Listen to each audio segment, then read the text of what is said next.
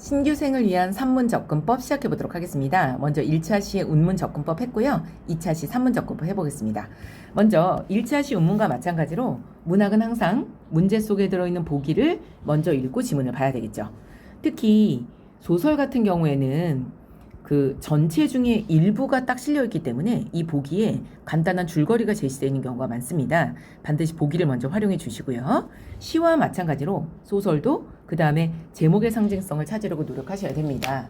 그런데 시는 전문이 나오기 때문에 제목의 상징성을 꼭 찾아야 되지만 소설은 전문이 나오는 게 아니기 때문에 제목의 상징성을 찾을 수 없는 경우도 있습니다.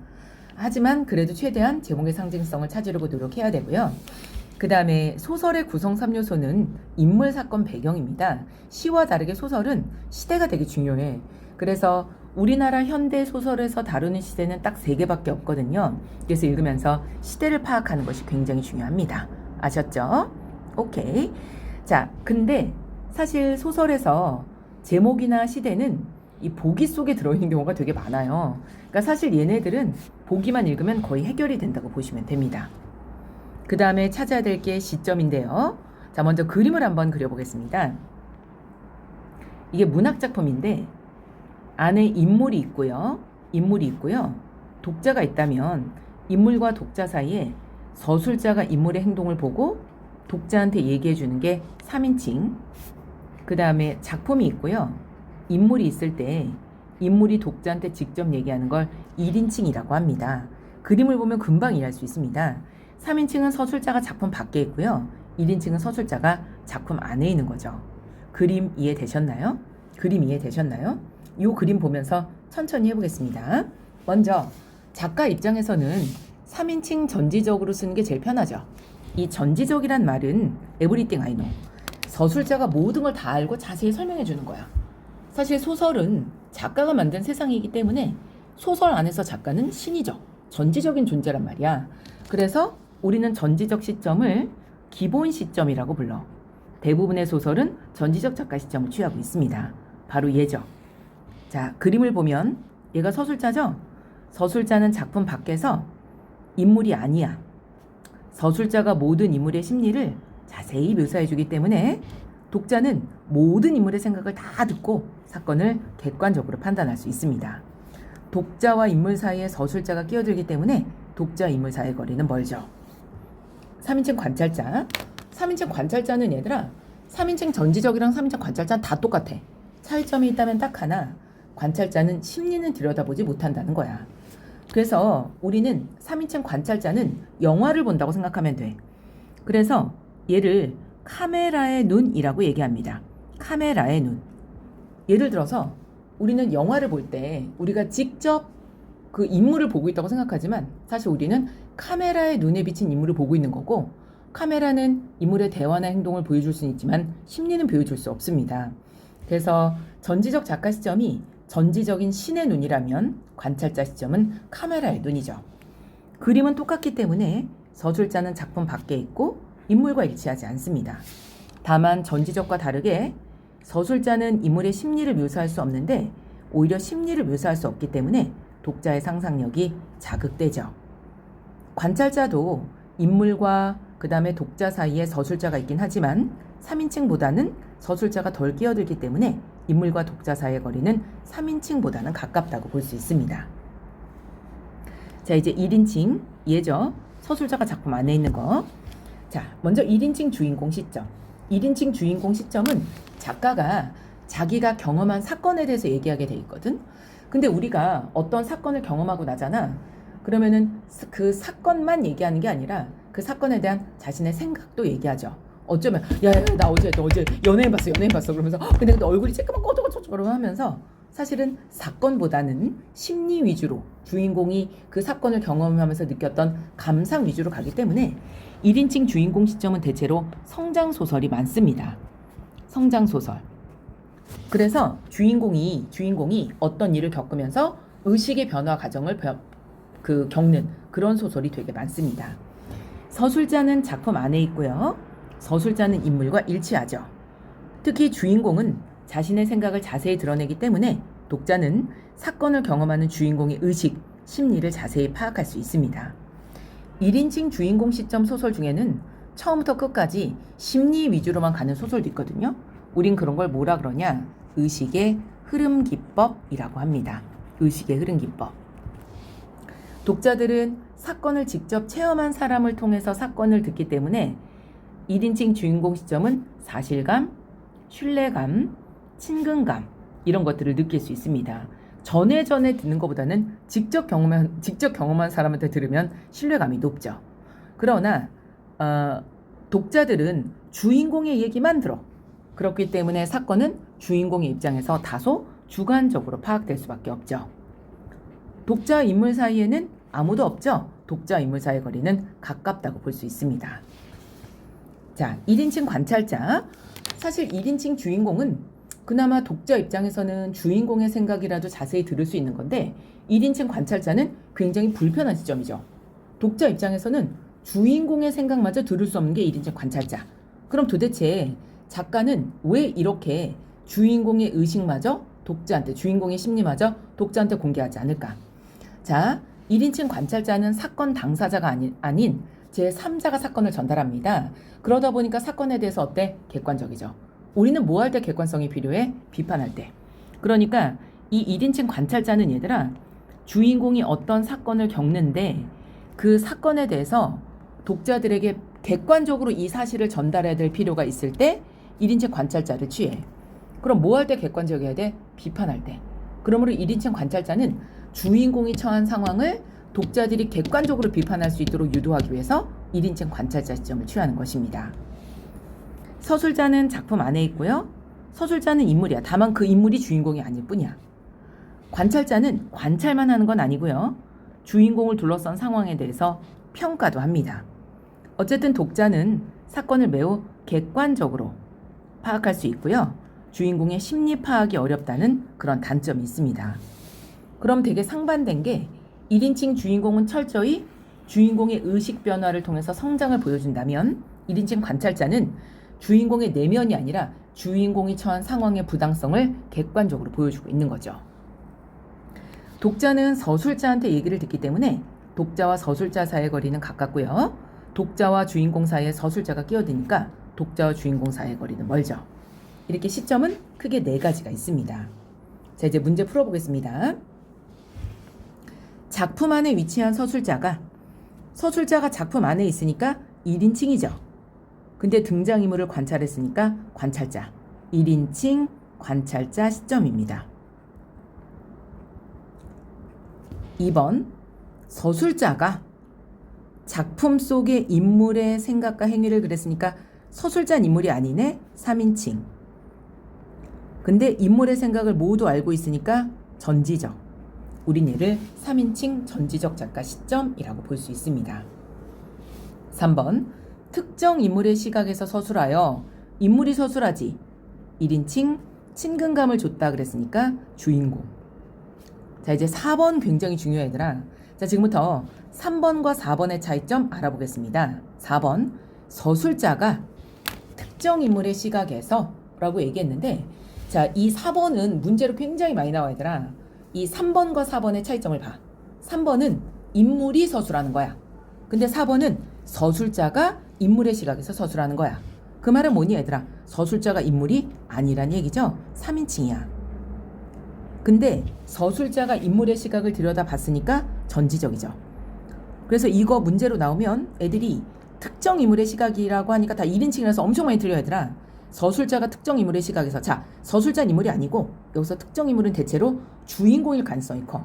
아무리 전지적이라도 얘들아, 대체로 주인공의 시각으로 다른 사람을 많이 보기 때문에 우리는 서술자가 특정 인물, 주인공의 시각에서 사건을 주로 바라봤을 때 이 표현을 많이 씁니다.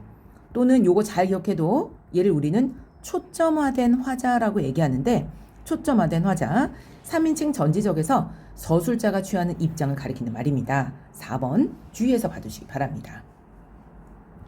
자, 여기까지 서머리 해보면 보기 활용해 주시고요.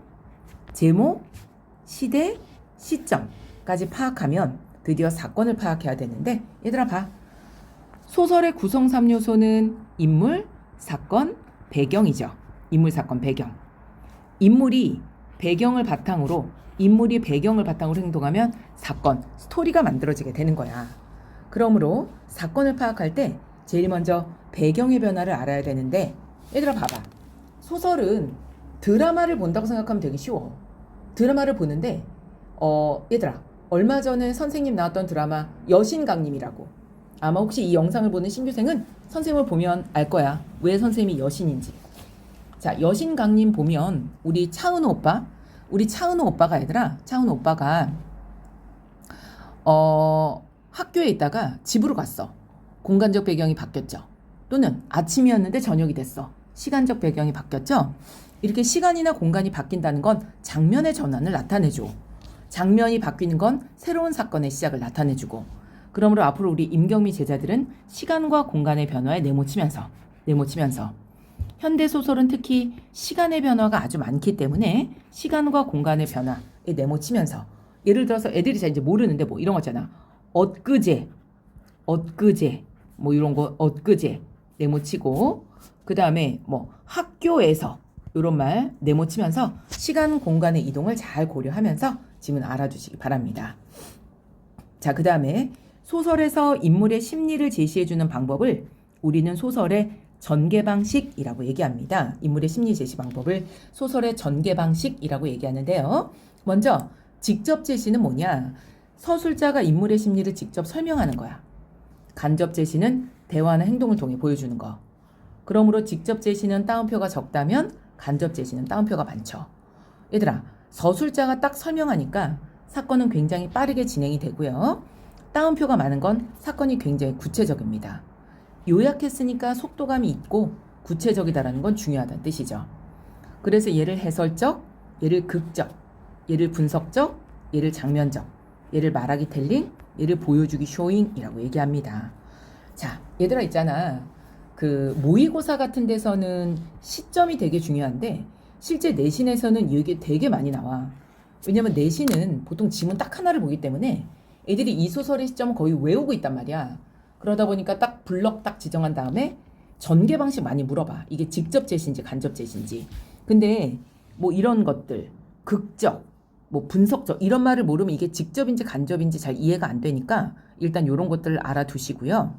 이런 것들은 주로 인물의 심리를 제시하는 방법인데, 그렇기 때문에 우리는 드러난 인물의 심리에 밑줄을 치고 드러나지 않은 인물의 심리는 추리하면서 읽어보는 거야. 추리하면서. 그러니까 얘는 밑줄 치고 얘는 추론하는 거죠.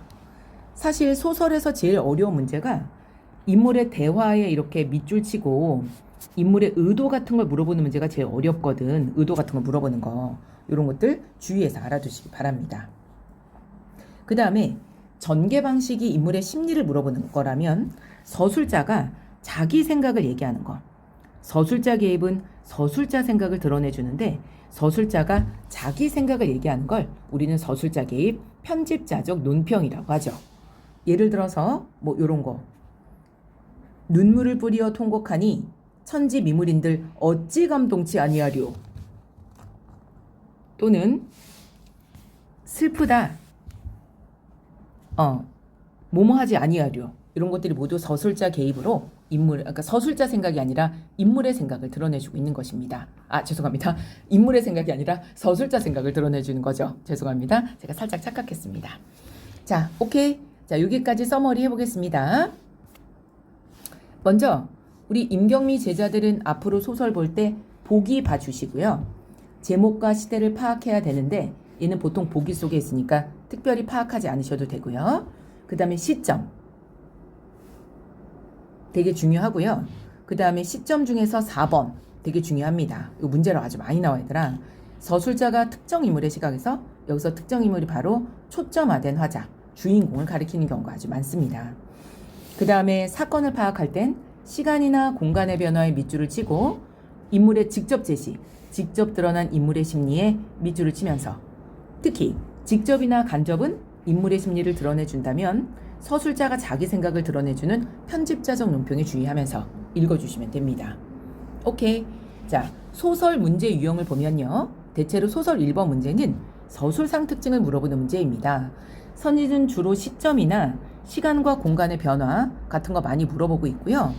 보기에는 이 소설의 간단한 줄거리, 제목, 시대 이런 것들이 안내돼 있으니까 먼저 보기를 보고 지문을 읽어주시면 되죠. 소설 문제 중에서 일치불일치 물어보는 문제가 나와 있는데 소설은 주로 본문이 중략을 중심으로 사건 2개가 있어야 되더라. 그래서 일치불일치 물어보는 문제 나오면 한꺼번에 읽지 말고 중략을 중심으로 하프하프 나눠서 읽고 선지 분석해 주시기 바랍니다. 그 다음에 소설에서 애들이 제일 많이 틀리는 문제가 아까도 말했지만 인물의 따옴표, 인물의 대화에 밑줄 치고 심리 물어보는 문제 많이 나오는데 보통 이런 것들은 앞뒤 문맥 구조를 통해 파악하는 거야. 그러면 대화 속에 내재된 인물의 심리나 의도를 파악하려면 아까 말했지만 여기 있구나. 읽으면서 드러난 인물의 심리에 밑줄을 치고 먼저 이걸 캐치해야 드러나지 않은 인물의 심리까지 파악할 수 있는 것입니다. 얘들아, 우리가 소설 속에서 인물의 대화의 진짜 의도를 파악한다는 건 내가 이거 처음 시할 때도 말했지만 우리는 평소에도 내 생각을 다 말하진 않아. 말 속에는 말하는 사람이 다 표현하지 않은 의도가 담겨 있거든. 그걸 읽어내는 게 센스죠. 그렇기 때문에 드러난 심리를 통해서 드러나지 않은 심리를 추리하도록 유도해 주시면 됩니다. 자, 다시 서머리 해볼게. 먼저 읽기 전에 보기 먼저 파악해 주시고요. 일치불일치 물어보는 문제는 중략을 중심으로 하프하프 나눠서 사건 파악해 주시고요. 인물의 심리에 밑줄을 치면서 따옴표 같은 거 밑줄 친 따옴표 파악하는 거 잊지 마시고요. 시점, 나가 있냐 없냐, 구성 방식, 시간, 공간, 접속사, 전체적인 직접 제시, 간접 제시 이런 것들 고려하면서 읽어주시면 됩니다. 근데 결국 제일 애들이 많이 틀리는 건 이거야, 이거. 그래서 이거, 그러니까 대화 속에 내재된 인물의 심리를 찾는 문제죠. 이런 것들이 제일 중요하니까 잘 파악해 주시기 바랍니다. 잠깐 전화 소리가 녹음이 됐죠? 죄송합니다. 오케이. 자, 여기까지 하겠습니다.